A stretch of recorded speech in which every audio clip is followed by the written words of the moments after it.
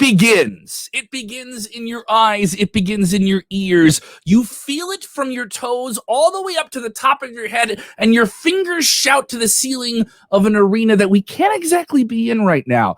The fandom of wrestling. That is why you are here. There are many choices for you to watch wrestling media created by other wrestling dorks online, but you've chosen SportsKeeda Wrestling, and we will deliver for you. We will give you the inside, the biggest names in wrestling talking here. You involved in this conversation, and I believe two fairly lovable guys will be in your eyes and in your ears every single Thursday that we can possibly do it, with a whole lot more content from SportsKeeda Wrestling. This is the debut episode of the Inside Kradle. If you haven't done it already, subscribe to our podcast feed, which is launching almost soon as you hear this, as well as our YouTube, which has hours and hours of content, including Vince Russo after Monday Night Raw on Monday nights, Dutch Mantel after SmackDown with that man right over there, Rick Ucchino, every Friday night. Tons of content, exclusive interviews, video and audio, wherever it works for you. I know we have a lot of audio people, so that's why we're doing this as well.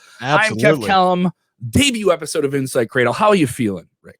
Oh, I'm pumped, man. This has been a big week, and a huge guest, by the way, to launch the debut episode of the Inside Kradle. Coming up here in a few minutes, we'll be playing our entire conversation with the two-time, maybe soon to be three-time WWE champion, Drew McIntyre. He spent a good 20 minutes with us earlier this week. Looking forward to you guys hearing that, including a story that he has told no one else. Flat out told us. Did not tell this to anybody else. So I don't think I've told anyone else this story. And then when he said it, we were like, oh. Both of us just ears perked up like, huh? Okay. What do you got for us? Also, he's going to talk to us about a big dream match. And he gives us a lot more insight on this match that has been clamored for by fans, specifically in the UK, for a long, long time. And he lays out a lot more about that. And I think in a way that maybe he hasn't done before. So I appreciate the clarity with him. His new book, My Chosen Destiny, is available now. We'll be talking about that, but let's get into the biggest topics of the week. The greatest hits, one single podcast. Here we go. Daniel Bryan. He is reportedly a free agent at this time. Now, going into last week's SmackDown, which I think was one of the best WWE matches of the year, maybe even better than some of the matches we saw in WrestleMania, probably even better than the match that Daniel Bryan and Roman Reigns had at WrestleMania with Edge. All right? I didn't know we would say getting Edge out of a match would make another pairing better, but here we are. The story was put together in a week, but it paid off big. WWE made this match really, really matter over the course of 2 hours. Everyone on the show is talking about this. You got 40 minutes. I didn't mind the commercial breaks. This was fantastic, and apparently this is how they send Daniel Bryan off, possibly. He is now a free agent. There has been some updates. This story broken by our compatriots over at Fightful.com. Sean Rossep, tip of my invisible cap to you, Sean, as he finds out there is some updates about this. What do you know? Oh, I don't know the updates. I know. I know the updates. I was gonna say I've been at work all day. What are the updates, brother? Give me the inside deal. Come on now. Give me the Inside Kradle. Roll me up easy. Here we go. I'm gonna roll you up on this one. So I thought I was pitching for you that sometimes I think I'm talking too much. I have to bring you in, Rick. You know, it's a tag team. I gotta let you get your shiz in, man. For that hot tag later. Trust me, man. I'll be bringing the takes. Don't worry. You're the House of Power? I'm the one who gets beat up the whole time, and then I got to reach over to you. I'm coming in with that Angelo Dawkins hot tag, man. I got to do the Ricky Morton roll to you. I got a Ricky Morton roll over to you to get me out of there. All right, so here's the latest. Daniel Bryan, a lot of people thought when this story broke earlier this week that his contract had already expired. Some people thought that was going to expire sometime later this year, and that WWE saying he was banished from SmackDown would allow him to either show up on Monday Night Raw or NXT. And there was even some talk that he was going to NXT and would do some new exciting things. At the same time, he's been public about, I want to have some things outside of WWE. Creatively, sure. I think I would find that fulfilling to have a match with a Kenny Omega. He's in AEW. So I don't think WWE is going to let you do that. Our very own Vince Russo is saying, I don't think WWE is going to let you do that, even though you want to do things in WWE and do things elsewhere. The most of him being able to get out of the WWE bubble and still stay within it would be NXT. So a lot of people thought maybe he was going there. Then we find out this contract is already up. Now Fightful follows up with, they've talked to some people in AEW saying they think he's staying in WWE. And it's just a matter of when he signs this deal. Also, the follow-up from other sources in the industry is that WWE is trying their damnedest to get him under contract sooner than later. Daniel Bryan is the most sought after name in professional wrestling at the moment. Which is ridiculous when you consider the amount of free agents that are out there right now. Now, granted, some of them can't sign for another, 70 plus days or whatever it is now. You got guys like Samoa Joe who are still out there. You got guys like Brock Lesnar who are free agents as well. Brock is free to pretty much sign wherever he wants, but I think it's under the assumption that he's going to work with WWE if and whenever he feels fit to do so. But yeah, obviously, I think they want to bring Daniel Bryan in. The question is, what does Daniel Bryan want? And that's everybody's can sit here and speculate. Oh, well, maybe he'll go to AEW because he wants to wrestle Kenny Omega, or maybe he'll go over to New Japan and have these dream matches. He may just decide to sign at home and just chill there for 6 to 8 months because he doesn't want to go full time. Like, he's made it clear. I still want to wrestle. I just don't want to do it at the same pace I did before. I know where my body's at. I know where my life is. I have kids. Like he said point blank, I want to be full-time dad, part-time wrestler, and that's wonderful when you have that clarity in your life. Also, he's not a spring chicken. This is a guy who had some very, very serious injuries. Should have, apparently, in the eyes of some medical professionals, never been able to wrestle again. And he did some great things. And then also started to become a creative consultant for the company in the last year or so. So there's other things he can do in wrestling that don't involve him being in the ring. And maybe there's more of that he can do in WWE. If he wants to do the creative stuff and become a producer, if you will. Sure. I think he can do more of that in WWE than he could elsewhere. Not to say he couldn't help those other companies in that way, but I don't think he goes over to New Japan and they're like, hey, you want to book the territory for us? I don't think that's going to happen. With AEW, they have a full roster of people. Another thing, this may break people's heart, guys. How are they going to program him in there? Yeah. Who's going to get shoved back down the card that you love that is not going to have their spot because Daniel Bryan came in and took this spot? Oh, wow. Isn't that against the whole idea of All Elite Wrestling, that we're supposed to fulfill your favorites and make your favorites feel like they're supposed to feel? And now here's this guy coming over from WWE. We're going to make him our number one guy and take on Kenny Omega? Or is it just going to be, he's going to do a tour of the world, do what he wants for a while, and come on back to WWE? I think there's a possibility of both. I mean, I don't see AEW wanting to come in for one match. I don't see that. No, if they want him, they got him. And here's the thing. I bet you, if WWE could do whatever they wanted, right, to try and bring Daniel Bryan in, and I don't know this for sure, but if he really does want a match with Kenny Omega, and as reported said, hey, I wish WWE was open to working with more companies. Yeah.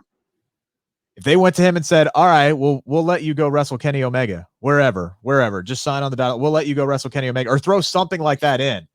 I don't think WWE would do that in a heartbeat, but I think that would be a way to draw Daniel Bryan back. Here, you get your match. You get your match with this guy. Here's a handful of matches you get, but that would be a game changer, because then you're going to have other wrestlers that are at Daniel Bryan's level that are at near the top of the card, and they say, my deal comes up. I want to be able to go have a match here. Maybe I want to go do an MMA fight. I want to be able to do a movie and still stay under contract. Some people have done that part, right? Sure. But this is the thing that AEW changed, because they brought so much money into the market. They really opened everything up. Mind you, it also helped that WWE signed $3 billion TV deals. So you knew there was more money coming into the market. People can say, oh, wow, not as many people are watching wrestling. No, a lot of people are watching a lot of wrestling. There may not be as many people watching, but they're watching a lot. And this is on-demand streaming culture. You have access to more. Daniel Bryan is one of those guys that really came up in that time, came up at the right time too. Yeah, so it's going to be interesting to see what he does. And he doesn't have to do anything, right away. Like I said, if he wants to stay at home and chill for 6 months and kind of watch the wrestling landscape and see if something piques his interest, that might be the route that he goes to. Because, I mean, he did, I can't remember if it was TV Insider or who, but he did an interview with somebody where they're talking about his match at WrestleMania, and he said— TV Line. It was TV Line. Yeah, TV Line. What, he just didn't feel that same excitement, that same magic that he used to. Dude, main evented WrestleMania with Edge and Roman Reigns, and he just didn't feel that excitement. So maybe there is a level of burnout there. Maybe he's realizing he is dwindling, his career is winding down. If I'm Daniel Bryan, I'm doing what I want. There's nothing that says he can't take these next 6 to 8 months, go wrestle Samoa Joe in Ring of Honor, if that's, something that they want to do, or go wrestle Kenny Omega in New Japan, because they have a partnership there. I touched on this. WWE. I touched on this yesterday in our top stories video. We drop those Monday through Friday at 5 p.m. Eastern, 6 p.m. Eastern, 5 p.m. Central. Follow us on our live streaming on YouTube and Facebook. There, you guys get the notifications. And I talked about this. If someone could sell out any independent company, then they bring in those big names, right? They're all going to become available right around the time that the country really starts to open up in July. New York says they want to do it. Chicago this week says they want to do it. Those are both huge wrestling markets. What's to stop a Samoa Joe, a Daniel Bryan, you can throw any other name that's available as well, to hit the open market with independents, not AEW, but hit the other ones and say, we're going to prove that we're draws. We're going to prove we're draws. And now you're going to get, now WWE is going to be back on the road a little bit, and you're going to need some new names. And you're going to reprove your value in a way that is independent of all of those two major companies. Plus, you know, the New Japan money is always there. Ring of Honor money is always there. I also think Daniel Bryan could go down to Mexico and make a ton of money. He's always wanted to do some Lucha Libre stuff. So the options are open. Someone who also has opened up the door to WWE again is a very divisive figure. Oh, yeah. Eva Marie. Eva Marie was returned this week. Vince Russo had a lot to say about this on Legion of Raw. Go check that out. Very aggravating for some wrestling fans. Very pleasing for other wrestling fans. I saw a lot of people like this, especially if they're from the Total Divas crowd and they come back into WWE. Eva Marie is a character they really loved. The quality of the bell to bell is not as important to them as it was to the fans that are angered by this. What do you think, Eva Marie back in the fold with Monday Night Raw? I am of the minority of this irritated me, and not that Eva Marie signed irritated me. It was the reaction to Eva Marie coming back that irritated the absolute hell out of me, because there were so many people that immediately rushed to judgment. They immediately rolled their eyes. Were like, oh my God, they got rid of Mickie James and Chelsea Green and the Iconics, and they brought in Eva Marie. What are they doing? She can't wrestle. How dare you people? She's been. What is that Simpsons quote when they go to Shelbyville? Shake your fish harder, boy. They're getting away. Pretty much, it's old men yell at cloud syndrome is what it is. They just wanted to complain. That is two Simpsons references. Two. You know what we gotta have? You know, they have the writing with Russo. We have a bro counter for Vince Russo. We need a Simpsons reference counter. Hey, there's over 600 episodes, so there's plenty of references to draw from. You'll never hear one past 2004 from me because I haven't seen an episode. Cut it off. Classics. Seasons 1 through 11. Yeah, seasons 1 through 11. Pretty much it. Season 2, by the way, might be the most perfect season in television history. But now we're doing a whole other podcast. Yeah, we are. Well, we're gonna go off the rails sometimes on this show. It's just gonna happen with me. I'm ADD. It's like that. But if you're here for Drew McIntyre, he's gonna be here in a minute. So. Yes, absolutely. As soon as I'm done bashing the wrestling nerds out there, because here's the thing: it's like everybody remembers what she did when she was with the company, and her last run on the main roster. I will admit, it was not good. They didn't let her wrestle. It was always one excuse after another. And I think the last time that she was in the ring, her top popped off, and then they put the towel on her and they took her away. And it's 3 weeks later she was released or something like that, because they couldn't figure out what to do with her. I don't know. I didn't know the whole backstage politics behind it, but that's what it looked like from the outside looking in. We don't know what she's been doing for the last, 4+ years. She's obviously in tremendous shape. She could have been busting her butt to get better in the ring. There were reports that she signed back with the company in September and are just now where we saw her first vignette, which, yes, it was kind of a Hardee's Carl's Jr. inspired commercial that they had going on there on top of the car. All she needed was a sloppy hamburger. But hey now. Hey. But we don't know what she's been doing for the last 8 months. She could have been at the PC busting her hump, getting ready for this. We don't know how good she is in the ring because, frankly, we haven't seen her wrestle in 5 years. By the way, is she going to be wrestling? Is she going to be a valet? Is she going to be an authority figure? I don't know. And guess what? You don't either. So let's stop rushing to judgment on Eva Marie. I think part of it is also the combination of who just got released from the company. Yes. And the optics of that look really, really bad. But again... There were rumors that she signed back in September. I don't think these two events have anything. And it's from the same crowd that knows. The same people that are mad about this knew that she was coming. They knew. Like, this isn't anything you didn't know about 9-10 months ago. You know, it was just a matter of when. At some point, it was just a matter of when. I had fans ask me about her in January. When is she coming in? When are they bringing her in? You know, it was probably one of the top 5, top 10 questions that I got covering wrestling all the time, you know, ahead of, you know, when is CM Punk going to return and all that stuff. But here's the thing. She gets real heat. Okay. Yeah. If you're a hardcore fan, you despise her. If you're a casual fan, you love her because she pisses off the hardcore fans. You care. There is a level of investment with her character, with her not doing a whole lot, that makes her very attractive to WWE Creative, because guess what? That's emotional gasoline. You can put that on something. You can attach that a character to someone or to a storyline, and suddenly it's compelling. And guess what? You don't like that it's compelling because I didn't tell them to do that. And now they're telling me, and now I'm mad, and bam, guess where they got you? Right in the palm of their hand. All right. So you don't like getting worked, but you want to tell them how to work. Come on. Come on. Get off it. Here's the thing. If there's no heat, there's no money. No. Eva Marie is money to them, because guess what? You're going to want to see her go up against the likes of Becky Lynch or Sasha Banks or Charlotte Flair, because you want to see her get her ass kicked. That's what you want to see. So in a sense, Eva Marie is a draw. And again, who knows how good she is in the ring. And yes, am I irritated that they let go people like Mickie James and Chelsea Green and the 100%. Iconics? Absolutely. But this Eva Marie's return does nothing to amplify those frustrations. Nothing at all. Unless somebody comes to me and says, oh yeah, we cut these 4 people so we could afford Eva Marie's ridiculous salary. Unless somebody comes to me and says that, I'm not. No one knows that. No one knows that. A lot of assumptions become facts with wrestling fans. Here's something you can assume. Drew McIntyre is one of the biggest names in professional wrestling. All right. Pound for pound, he is taken who he was and become way much more. It was such a long journey to get back to become the guy that Vince McMahon said when he introduced him on the main roster of WWE, said this 7-foot-tall guy from Scotland in 2009, he's the chosen one. That is so much hype, so much potential you have to fulfill. And then eventually, years later, he's moved back down the card and moved back out of the company, and he has to refine himself. And that is the whole story of his book, My Chosen Destiny, which is just absolutely fantastic. I got to catch some of the audiobook, which was very cool because he's reading it.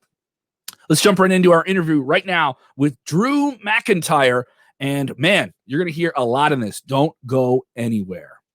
All right, guys, hopping in with us now, the first ever guest here on the Inside Kradle, brought to you by SportsKeeda Wrestling, the latest in a long line of history that this man has made. He is the 2020 Royal Rumble winner, 2-time, dare I say, soon-to-be 3-time WWE champion, and now published author, Drew McIntyre. Drew, how are we doing, good sir? I'm fabulous. I'm trying to wrap my head around the fact that I have a new book. You said it's the first show. Yes, this is our first it's our first show on this network. We've had you on before. We've had you on SportsKeeda before, but this is launching a new series just with you. Oh wow, exciting! And I love the name Inside Kradle as well. That's awesome.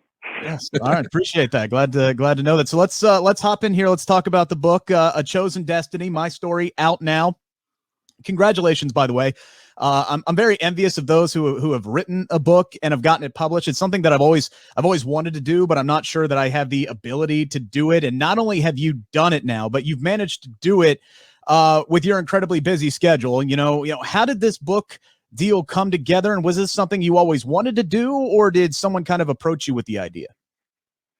Yeah, it's not something I said to myself or anybody else. You know what the world needs right now is a Drew book. It was brought to my attention that, Drew, would you be willing to put your story in paper? We see all these interviews you're doing with the public where you're so open about all your struggles and how much you've had to overcome. And we really think you can inspire people if you'd be willing to put it, in a book with your story. And I talked to my wife about it, and I said to her, I was like, well, if I'm going to do this, I don't want to hold back, especially during these difficult times we've been living in the past, year. And I do get a lot of feedback from people that they hear something I've been through and how hard I worked to get through it, or perhaps the support system I had around me, or some of the lessons I put out there, like being accountable to the person in the mirror. If I could detail that in a book around my wrestling story, write it just not for wrestling fans, but for everybody. Let's do it. If we can inspire one person, it'll be worth it. And that's what it all came to be. So, what was this whole process like, going from step one to, okay, here's this idea, to now here you are, a published author? What was it like going through the process of putting this book together? It's interesting because I got to relive it all again. Yeah. It's such an interesting time we've been in. Obviously, the past year, it's the first time in my life I've been stationary at home for a long period, for one. So I was kind of relaxed, like not on the go and not got wrestling brain on the entire time. And I was kind of starting to relax in general, not quite to civilian life, but like being able to kind of take things in and start thinking about my career a little bit. And then suddenly a few months later, we're working on the book and we're literally not just going through my career, but my whole life. And I start to remember things that I forgot. And I'm really good at pushing negative things out my brain and focusing on the present and the positive. That I was like, wow, I've really gone through some interesting stuff. And I started being so grateful for the people that have been around me my whole life, from my family to my friends to my wife, to everybody that's really been there during the good times, but especially the bad. And it was a really interesting process. And at times, like you hear in the audiobook, like you can hear the emotion in my voice, be it anger or sadness or whatever I'm going through. Like I relive it every single time I talk about the stories in there. And it was just a wild process. It was great for me because it really gave me perspective and made me even more grateful than I already was for everything. And already hearing some of the reviews from people, and that's what I can encourage people. If you read the book, you listen to the audio book, you take something from it, helps you in any way, send it to me. I see everything on social media, and that's what it's all about, is helping people. Drew, this book you mentioned, you're going through everything, you're reliving all these different things, and obviously, as you already said, there's some things you're like, I didn't even think of that for a long time. And you've been through a lot, both the ups and the downs, and people can see all of them, and then they get a little bit more context. Is there something in this book, whether serious or lighthearted, that you think people are going to hear for the first time that maybe they're surprised by, maybe they wouldn't expect from you, considering everything you've already been through? Yeah, I mean, I wish I had some examples off the top of my head. But I know like there's a lot in there that people know my story, but they don't know the full story and the details behind the stories they know, as well as new stories on top of it all.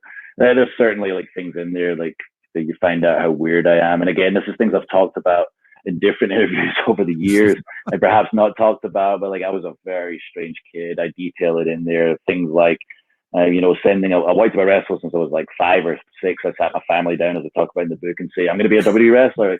Sure you are, Drew.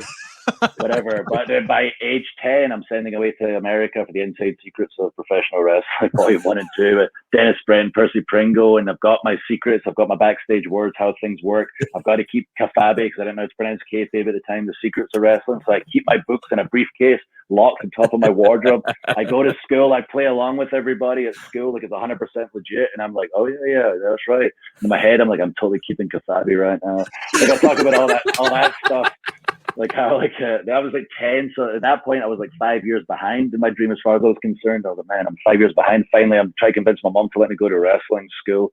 Like during that time, and I had the conversation with her at 15 when she finally let me go to basically the only school in the UK at the time. It was a 12-hour journey there, 12 hours back, 24-hour round trip, where I basically tell her, Mom, I'm 10 years behind, basically, the way I look at it right now. This is when I'm 50. And I'm trying to convince her to let me go. Like, that lead into in the book. And there's stuff outside of wrestling. Like, I've told this story a few times about, I used to have a subscription to a magazine. I was into weird things. Like, it was a magazine that covered the paranormal, UFOs, deadly diseases. Read about Ebola when I was like 11. Conspiracy theories, like every mad thing you can think of is in there. And there was a sample letter for the FBI under the Freedom of Information Act. If you wanted to get any documents, send it to the FBI, and they'll send you them back apparently. So I filled in a sample letter, put in my documents, got my pocket money, stuck it in there, sent it to America, and got home one day. My dad's waiting for me with a big dossier, about 5 inches thick, from the FBI. I'm like, Dad, why are you home? You're never home at this time. It's 4 p.m. Like, you don't go home till 6 or 7. I was like, we need to talk. Why are the FBI in America sending you these documents? I went, oh, Dad, I asked for them. Son, once again, why are the FBI, the Federal Bureau of Investigation in America, sending you all these documents? Your dad will show you. I had a sample letter. I filled it in. I put in the documents I wanted. And can I have them now, please? Go outside and play football, like soccer. Just be normal.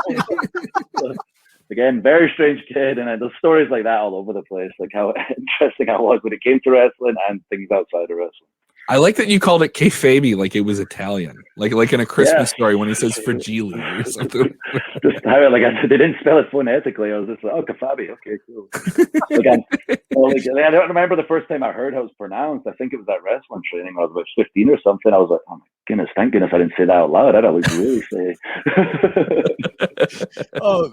So obviously a lot of great stories in this book, for wrestling fans, but I think this is also going to be a tremendous read for those who are aspiring to be pro wrestlers. And I've seen it and I've heard stories, from people on the indie scene. There's a lot of guys who get into the business, and I don't think they realize the sacrifice and dedication it takes to not only make it to WWE, but then to succeed, once you get there. And you sure know what, the ups and downs of that journey is.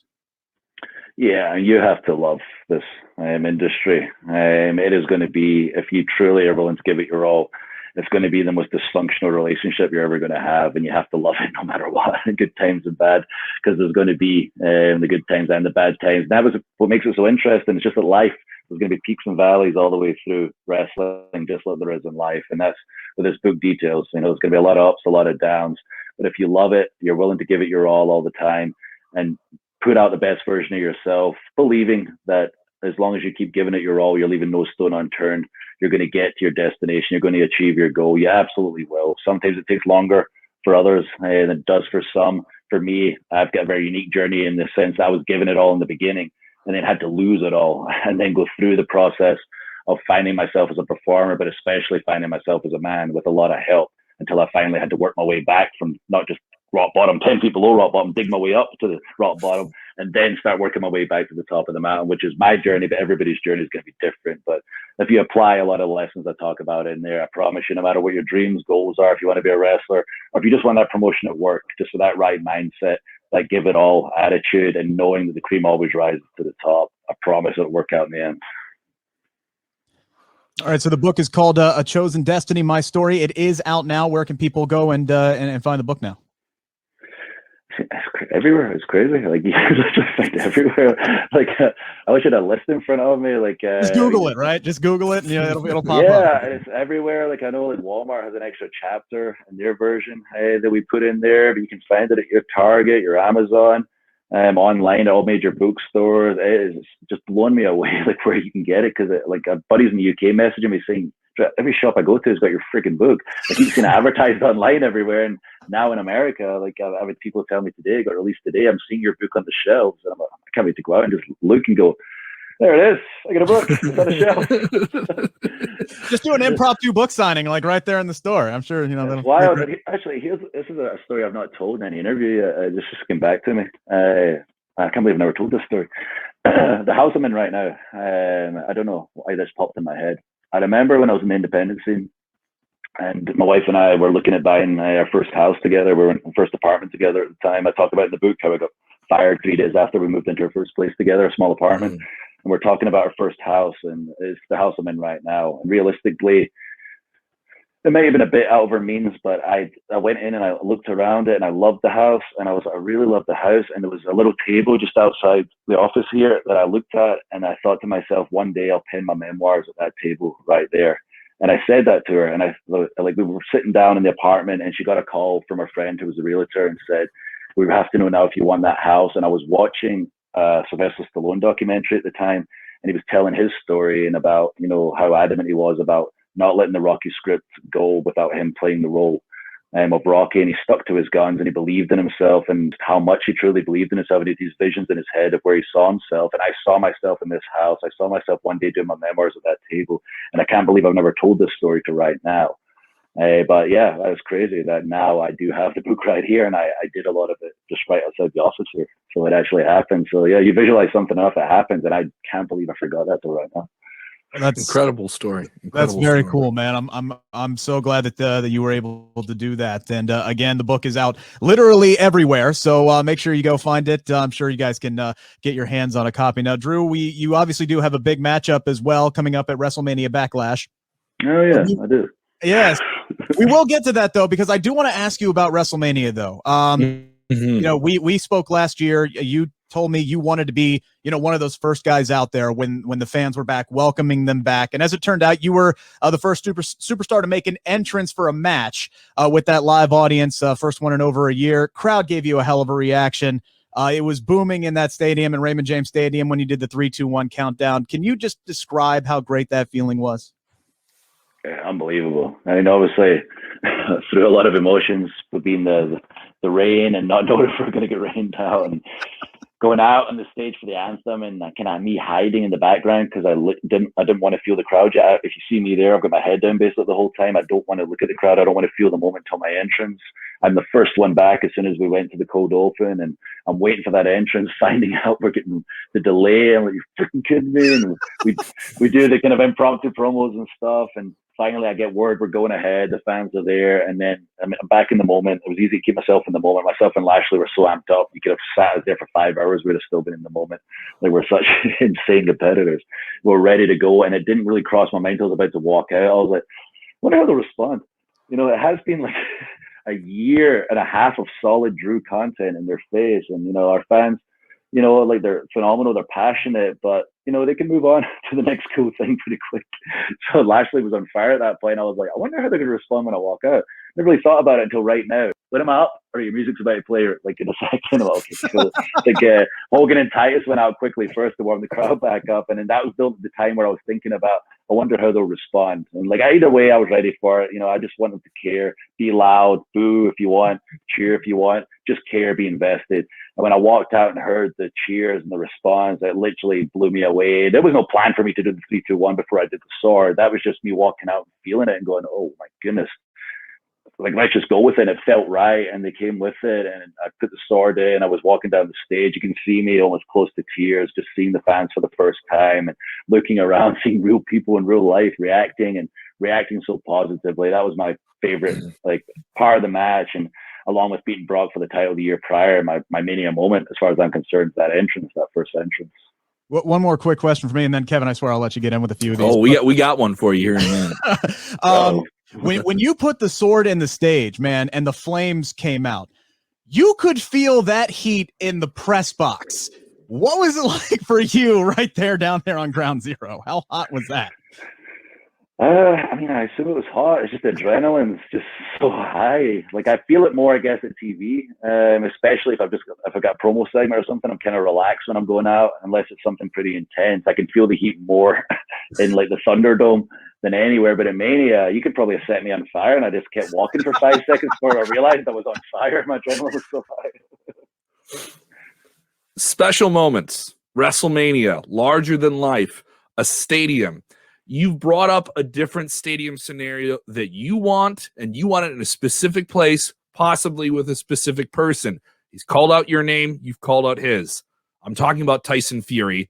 I'm talking about this dreamed, talked about match, not in the United States, but in the UK. Is this still a possibility? Is this still something you want? And how do you respond to Tyson? Because he's still got your name on his lips. Yeah, I mean, it's pretty cool. It's been a year of building with myself and Fury, calling each other out. And, he called out, a few individuals the other day, myself and Joshua being a couple of them. And it's pretty cool, that, like, he's got such a big audience from a different, sporting world. It puts more eyes on WWE, more eyes on Drew McIntyre. And I have, like, a big vision. It's a dream of mine. I know I don't make the decisions, but the UK is such a big part of our fan base, such a passionate fan base. I'm obviously from there, the first British champion, and have not had a significant big WWE pay-per-view since SummerSlam 1992. We deserve one. The way things are today with the network and being on Peacock now, we can do them across the world. We've done them in multiple countries, including the big one we did in Australia.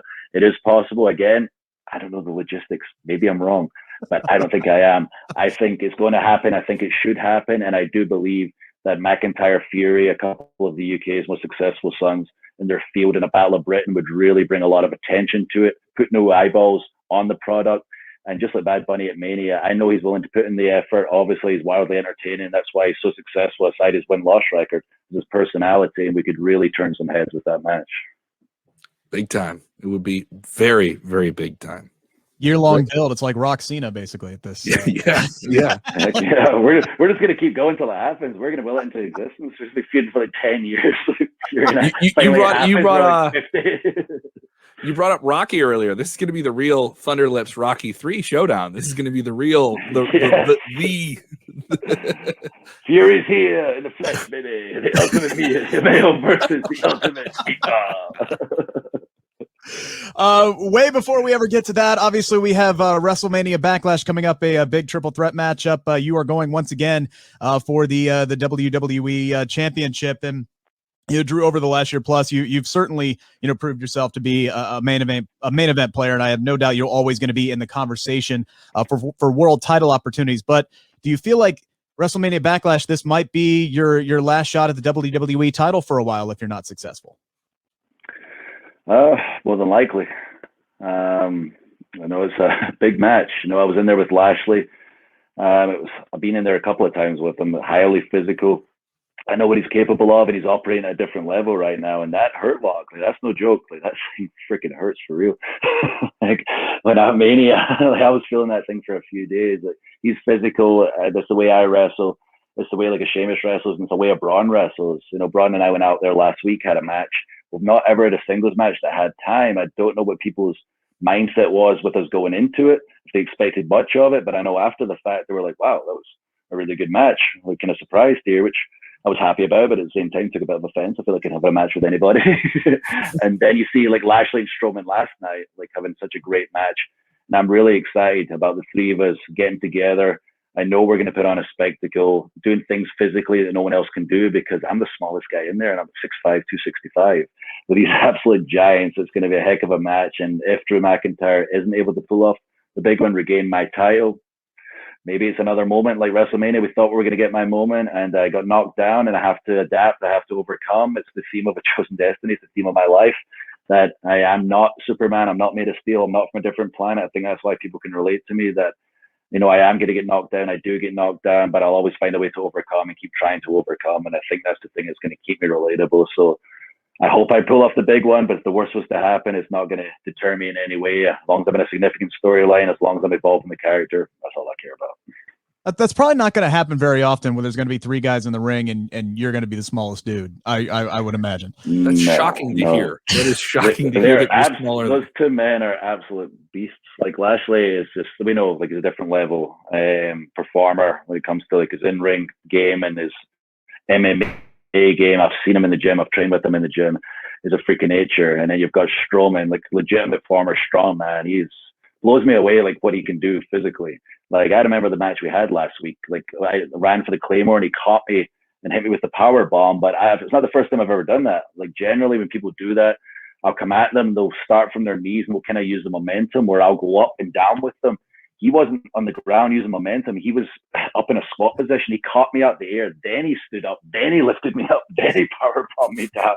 That man is just unbelievable when it comes to strength. So I got to pull out a few tricks in that match to really stand out and be the winner in the end.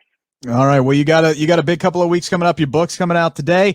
You got Bobby Lashley this Monday, and then Sunday it's the triple threat match at WrestleMania Backlash for the WWE Championship. Always a pleasure to talk to you, sir. Always a pleasure to watch you as well, and good luck moving forward. Awesome. Appreciate you guys. Thank you very much for your time, and I'll see you all again in the very near future. Kevin, your mic is muted, my man. Your mic is muted. Aha, there we are. There we go. A great conversation with a truly great superstar. He is the definition of a WWE superstar in every sense of the word. Does it sound like we're kissing rump? Sure. A little bit. But I mean, it all got laid out there. It really is in the book too. You get a sense that he truly always wanted this type of character. And it took him so long to get there. If you ever had setbacks in your life, I've had it in my career as well, in media. It's something I really appreciated, the sense of how dialed in he is to who he is now.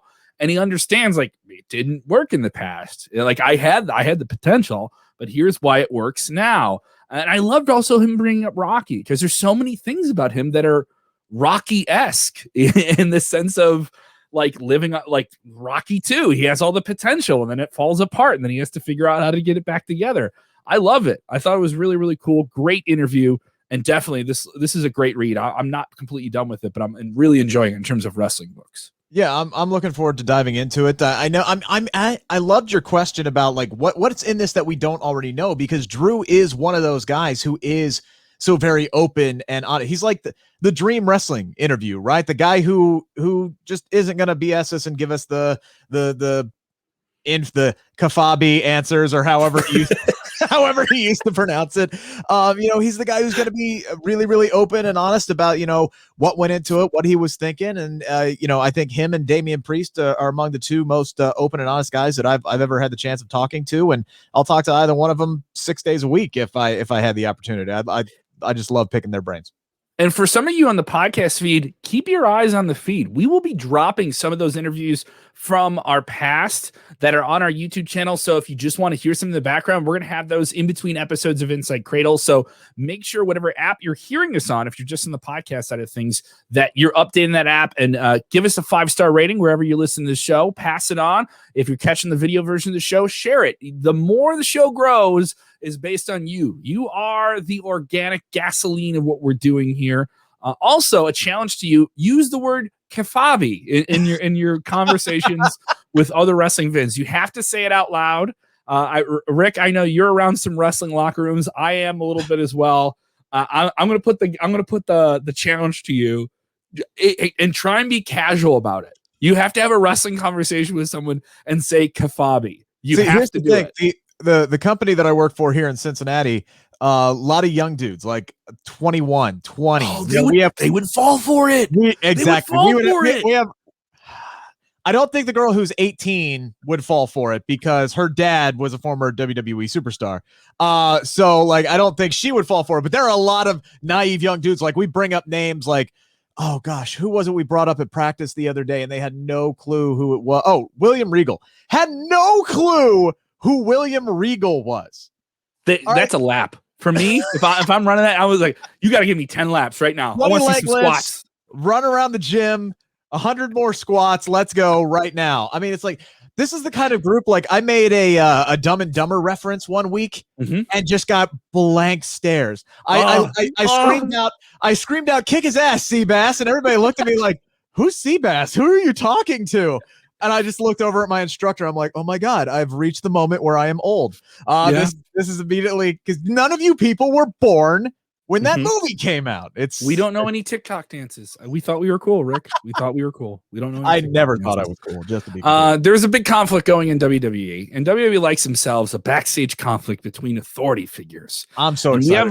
We have one that's growing here, and they've gotten away from the authority figures as characters on WWE television the last year or so, and I'm a fan of it. I thought those authority figures that don't really get to have a match all the time, don't really pay off angles in the ring. Mind you, their symbolic wrestler that they choose tends to have to take that fall, right? But that character it was good. It was just a played out thing. They've done it for a long, long time. Yeah. And they've gotten away from it. Now we have Adam Pearce as the WWE official. He's kind of like the suit. They don't call him the GM. He's the matchmaker, if you will. And he's gotten involved in more angles basically since the fall. And then they reintroduced Sonya Deville, who had been away from WWE action due to a legal issue, a very scary situation for her. Yes. No longer an in-ring performer, but coming out there looking in the smoothest suits. I think maybe everybody wants to talk about Seth Rollins' drip game. That ain't it, man. Dude, no, it's Sonya. It's Sonya, dude. She wore that red hot number on Monday. Looked awesome. I got a suit this week, and immediately I was like, I can't afford Sonya Deville suit money. I don't have Sonya Deville suit money. They're gonna, God bless you, Men's Warehouse. I don't think you did. I'm wearing the same suit jacket I had in 2007. Yes. I'm looking like a dork at every wedding I go to. The tailor has taken this thing in and out so many times in my lifetime. It is ridiculous. So there's going to be some post-quarantine tailor work for some people hitting wedding season this year. I can tell you. So me included. so Sonya's out there. She's introduced as kind of like the side character to Adam Pearce, like his assistant. Now there's this angle they did on Monday Night Raw, which I don't think came off particularly great, but I am not fully out of it yet. In the sense that she's going to give Charlotte whatever Charlotte Flair wants, because she asked Sonya, and Charlotte doesn't go to Adam Pearce. She goes to Sonya. Right. I have a prediction for this. that could be very, very controversial. But what do you think of it? I'll get to mine in a minute. See, here's the thing. Charlotte does not matter to me in this situation because Charlotte... She matters to me in the one I'm about to give you. See, now here, the thing that was confusing on Monday, right, is that Mandy Rose and Dana Brooke were attacking Charlotte, right? And then Sonya comes out, and I'm immediately thinking, oh, yes, do it. Make it Charlotte and Sonya Deville versus Mandy and Dana at WrestleMania Backlash. Do it. And then we come back from commercial break, and like Mandy and Dana are just gone for some reason. Like they were just chased off by Sonya Deville.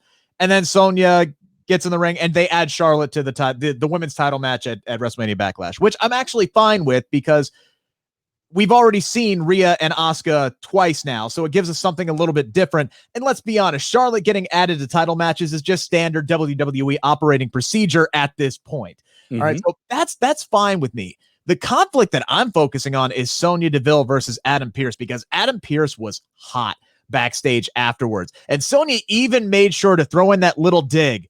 I'm on the same footing. I am equal to Adam Pearce when she made that decision and said, look, I'm not his subordinate. We're on the equal level playing field here. I don't answer to Adam Pearce. And Pearce was pissed backstage. I think we are heading for a power grab situation here backstage, and it has me really, really excited because I was so into what Sonya Deville was doing last year. She was red hot. She was, I think, on the verge of that superstardom level push, and then one douchebag ruined it, unfortunately. But they slow played her back in. They brought her back as this authority figure. She was doing a little tidbit here and there, and I was really wanting more out of Sonya Deville. And now all of a sudden, it's really starting to ramp up. I think we're heading to a point where it's going to be Sonya Deville and Adam Pearce kind of splitting, and maybe one of them gets Raw, one of them gets SmackDown, and I see that as well. Yeah, and that's how we go. I think this is all part of Sonya Deville's master plan to take over and get power and give herself everything that she believes that she earned in her career but hasn't gotten yet because of backstage politics or whatever. So she might be playing Charlotte a little bit, which might play into what you think is going to happen. But I think this is all part of Sonya's master plan to take over and then give herself everything she's always wanted. I like where you're going, but let me add to it because I do think they're going in that direction where we're going to get authority figures on Monday Night Raw and SmackDown again.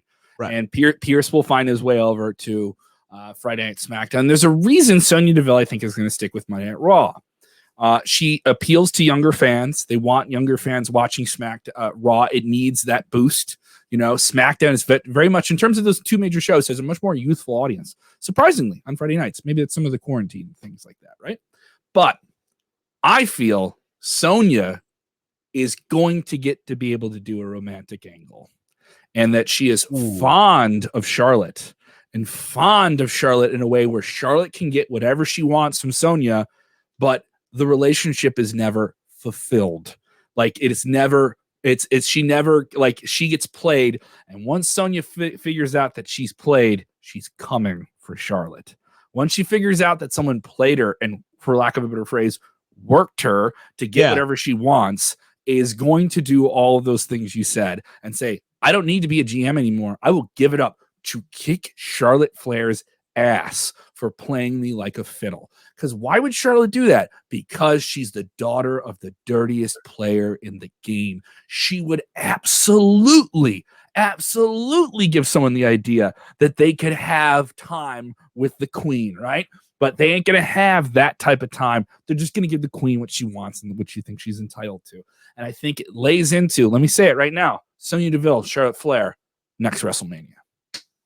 I'm not mad at that. Long bill, baby. Dude, that's fine. We always talk about we want more long-term booking. I don't necessarily see it going that direction, but I don't see it either. I'm just putting it out there. Putting it out there. It's an idea. We know this is something that Sonya Deville has wanted to do. She has wanted to pitch it before. Ultimately, though, I think wherever direction it's going to go, this is going to lead back to Sonya Deville getting back in the wrestling ring, which is going to be a very, very good thing.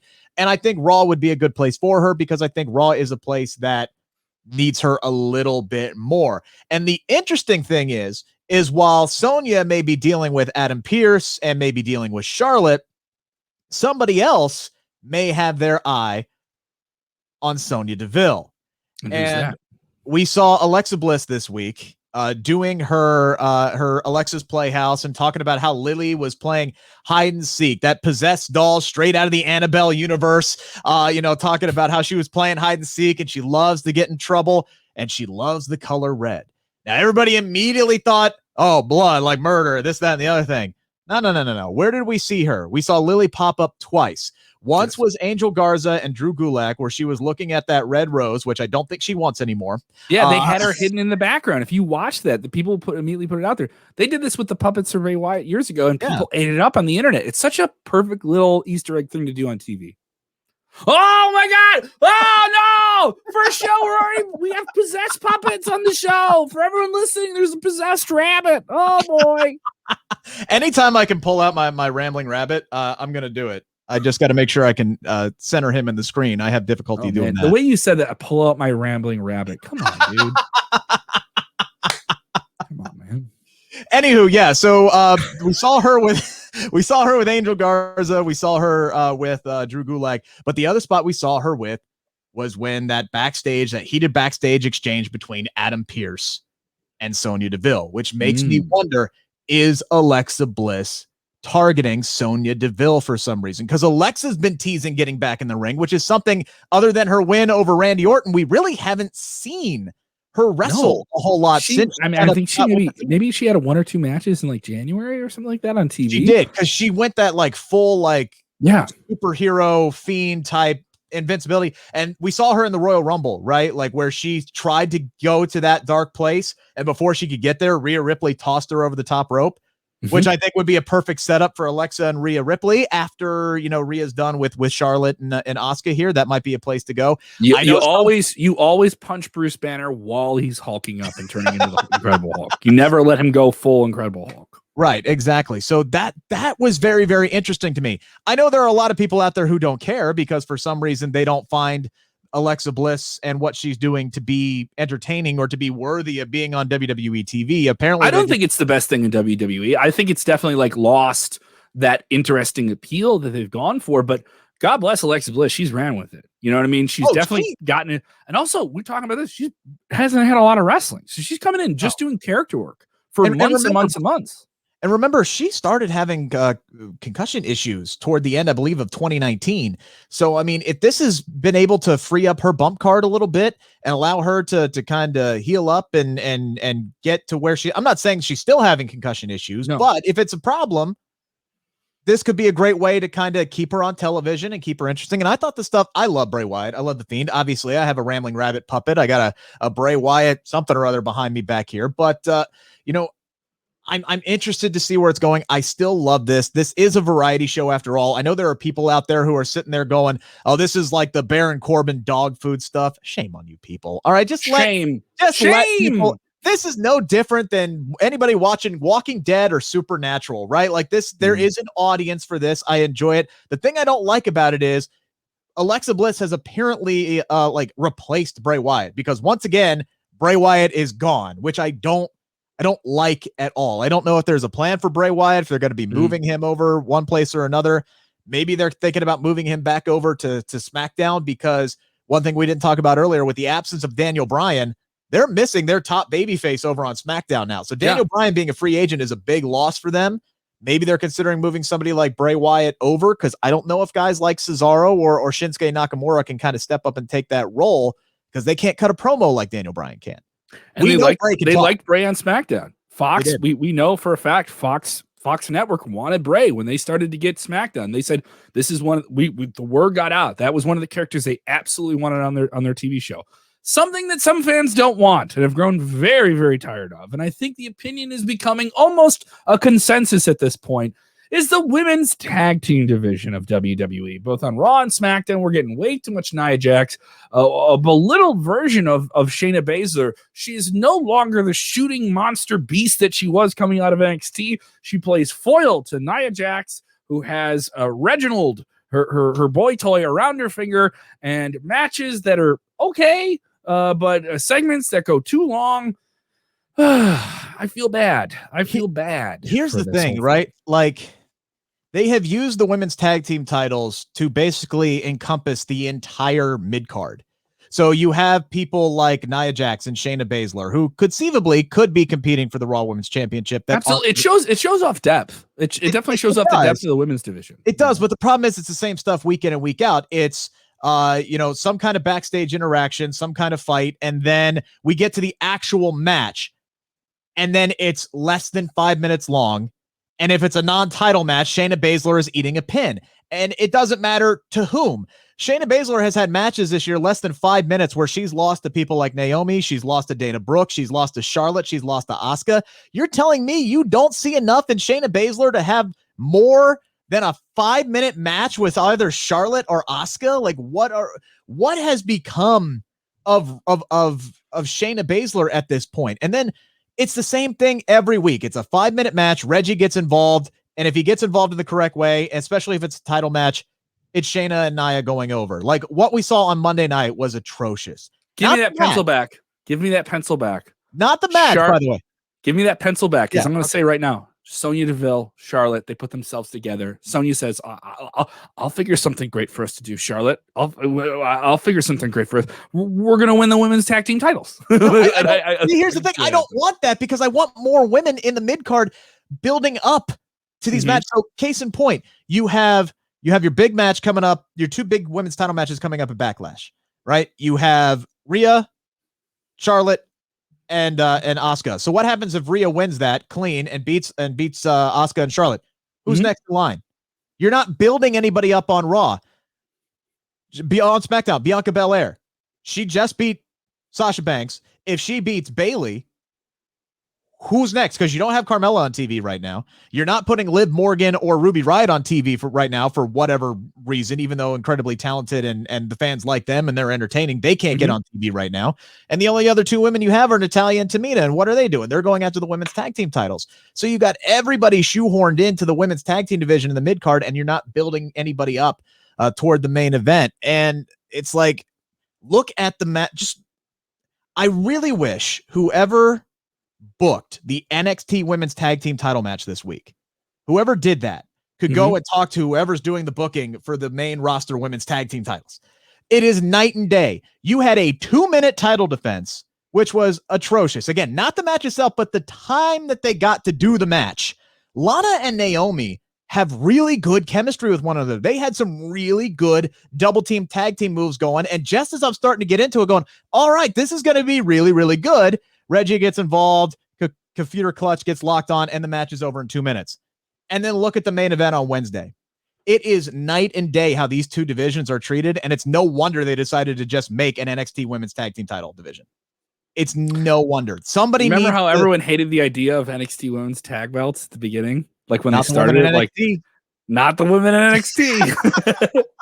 Let's get into another big. I don't know if we can call it a tag team match, but definitely a team match from All Elite Wrestling over on TNT. This has been built up to for half a year.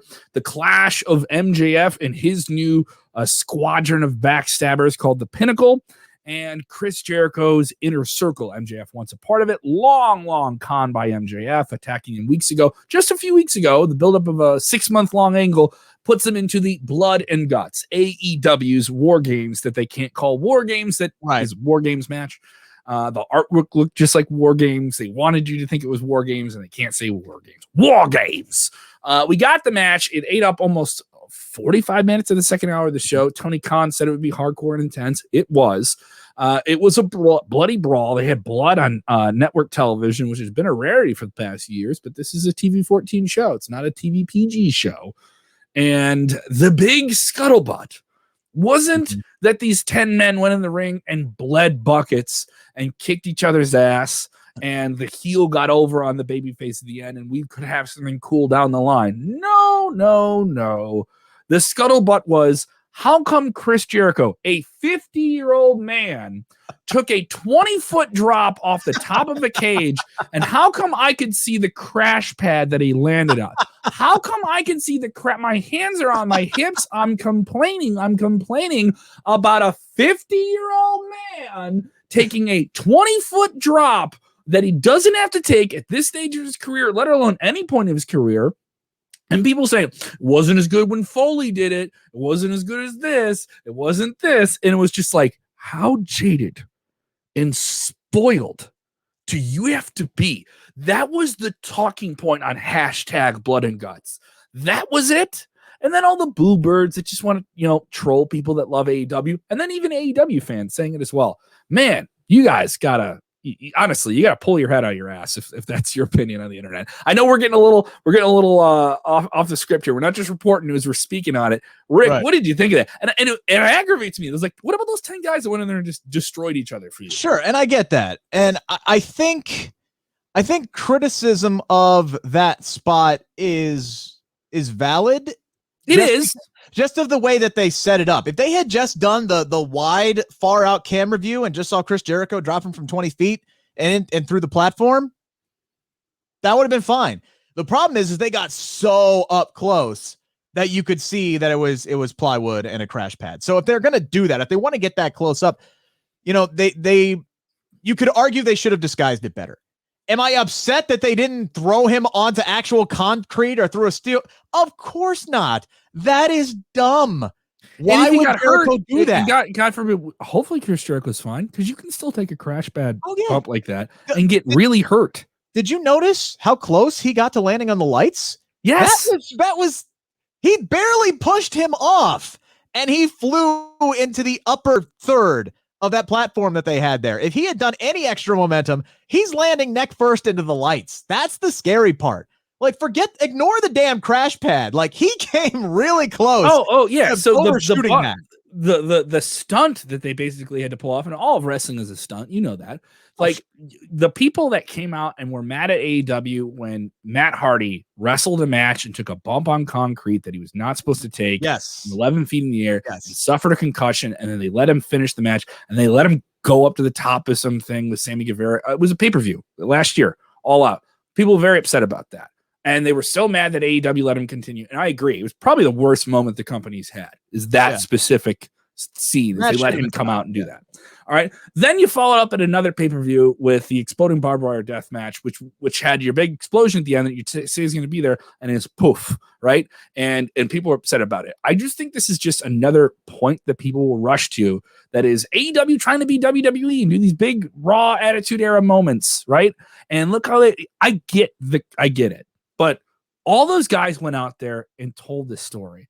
And now MJF is a no good son of a bitch, covered in blood and wallowing in the hubris of what he has done and this long plan. And guess what? I think he could be your world champion tomorrow if you wanted to pull the trigger. Like, he's right there. And this guy isn't even 25 years old yet. So, he's right. I mean, the thing for me is, yes, they told the story, and the ending I did not like. And it wasn't because Jericho went through a very visible crash pad. It was, I didn't like the ending of, all right, you guys give up or I'm going to shove Jericho off the top of the cage, when we all knew it didn't matter what they did. They were going to shove Jericho. He was going to shove Jericho off the top of the cage anyway. Like, it just kind of Sammy shouting down that we give up. And then you have the half-hearted bell ring. Like, there wasn't even a hardcore bell ring. It was just like, oh, that's it. Oh, it's over. I can see it because it was the submit or surrender. There's no pinfall. Right. There's no pinfall. Which I and they really had to mic up. They really had to get the mic on Sammy Guevara. They really had to get that exterior catch sound. It was kind of an anticlimactic ending to what, was a bloodbath. I could pick a little bit of parts here and there. I think Jericho was a little too obvious and a little too early when he pulled the old razor blade out. You could see when MJF had that armbar locked in, he was going to tap, and you could see that his finger and his pointer finger and his thumb were taped together because he was holding down the razor blade. And then you could, imagine if he drops the razor blade, he's on top of the cage, son of a bitch. And then again, AEW, I think they just get a little too close. They want you to be at home and personal with those camera angles, but then they get too close and you catch Chris Jericho blading himself. Like, they had it right there. And like, maybe it's just I have a trained eye for that kind of thing, but it's like I could pick apart little things like that. But honestly, it didn't bother me so much. Like, I'm not going to nitpick things to death. The match was great. The finish was a little anticlimactic, but people are jaded, Rick. Yeah, they don't know how good they got it. They want to be upset. They want to be furious at something all the time, and frankly, it's exhausting. I want to dedicate this episode to my older brother Bob and my older brother Kieran, who held me down while I had to watch WrestleMania 7. held me down and held my eyes open because they thought I believed wrestling was real. In the early 90s, we rented the video from Blockbuster, and they held my eyes open. It made me watch in slow-mo on the VCR as Hulk Hogan reached over and bladed himself with the camera right on him. And Earl Hebner reached over and took the blade from the ring and put it in his pocket and made me watch it in slow-mo in our parents' carpeted basement on the south side of Chicago. I was like, no, he didn't really use a razor blade. And I want to dedicate it to my brother and my brother Bob and my brother Kieran for ruining Kafabi for me. Ruining Kafabi. It's still real to me, damn it. It's still real to me. And what would be even more real to me is if you share this episode, if you're watching on YouTube, if you're watching on Facebook, if you're listening, especially if you're listening, go and give us a 5-star review in the apps that you have. We're going to do a lot of fun things, interacting with fans, game show elements. We're going to let you get on the show and do stuff with us. More big interviews like the one we have with Drew McIntyre. If you know a Drew McIntyre fan, share this with them. Share this with them. I had a wonderful lady with me at a wrestling event who immediately said once she saw Drew McIntyre that she would like to, quote, get on that. All right. And I have to share this. I have to share this podcast with her. Okay. I have to share this with her. And keeping it Kafabi, I was also upset when she said that because it was in my presence. But thank you guys so much. Yes, and guys, by the way, make sure to also subscribe to the SportsKeeda Wrestling YouTube channel. That is where you're going to see these the video versions of our podcast every Thursday at 8 p.m.